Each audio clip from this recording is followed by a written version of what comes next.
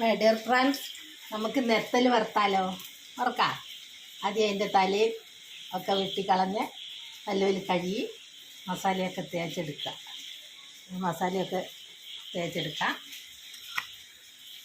മുളക്, മഞ്ഞൾ, ഇച്ചിരി വെളുത്തുള്ളി,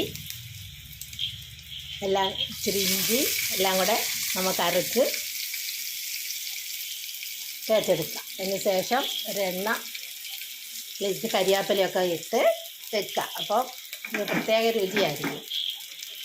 നമുക്ക് എന്നിട്ട് ആ നെത്തൽ മുളകും എല്ലാം കൂടെ തേച്ച നെത്തൽ എല്ലാം കൂടി ഇട്ട് കൊടുക്കാം. മൂക്കട്ടെ.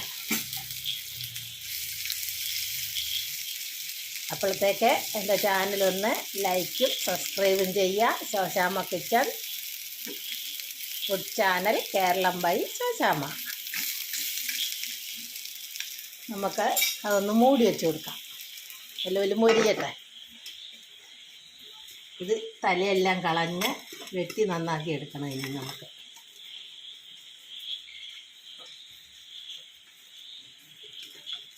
വലിയ തീ വേണ്ട. വലിയ തീ ആയിട്ടാൽ കരിഞ്ഞു പോകും. ചെറുങ്ങനെ സിമ്മിലിട്ട് വേവിച്ചാൽ മൂപ്പിച്ചെടുത്താൽ മതി. എന്തായെന്നൊന്ന് നോക്കാം.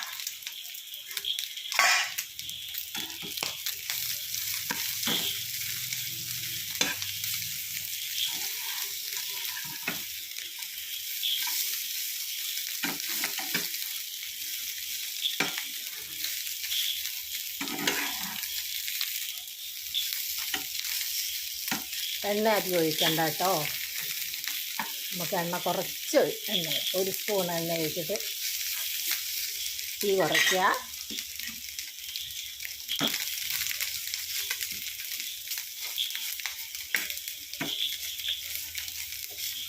ഞങ്ങൾ നെത്തലെന്നാണ് പറയുന്നത്. ഈ നാട്ടിലൊക്കെ ഒഴുകയോ രണ്ടൊക്കെ ആയിട്ടെന്ന് പറയുന്നത്.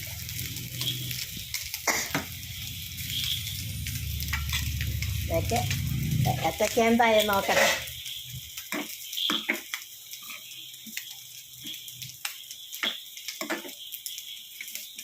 ഏത്തക്ക കുരുമുളകും എല്ലാം കൂടി ഇട്ട് ഞാൻ പുരട്ടിയെടുത്തതാണ്.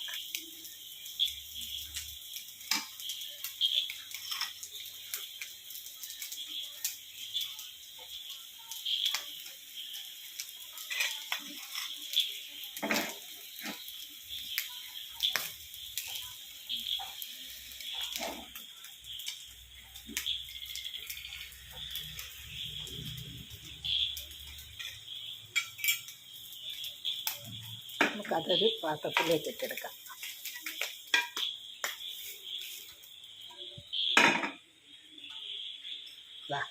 നെത്തൽ വറുത്തത്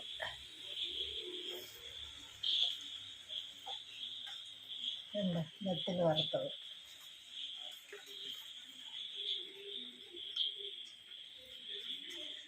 കുറച്ചെണ്ണ, ഒരു സ്പൂൺ എണ്ണ വെച്ച് ഞാൻ വറുത്തെടുക്കുക. കണ്ടോ, എല്ലാം മുരുമുരാന്നായി.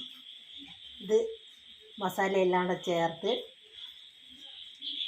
വെച്ചിട്ട് അതിൽ കരിയാപ്പില ഇടണം. കരിയാപ്പില ഇട്ടിട്ട് ഒരു സ്പൂൺ എണ്ണ ഒഴിച്ച് കൊടുക്കുക. എന്നിട്ട് അതിലിട്ടിട്ട് ഒന്ന് മൂടി വെക്കുക. മൂടി വെച്ച് കഴിയുമ്പം അത് മുകളും താഴെയൊക്കെ ഒരുപോലെ വേവും. എന്നിട്ട് മറിച്ചിട്ടിട്ട് ഇങ്ങനെ എടുക്കാം. കണ്ടോ, നമുക്ക് എങ്ങനെ ഉണ്ടെന്ന് നോക്കാം. കണ്ടോ, നല്ലോണം മുരിഞ്ഞും കിട്ടി.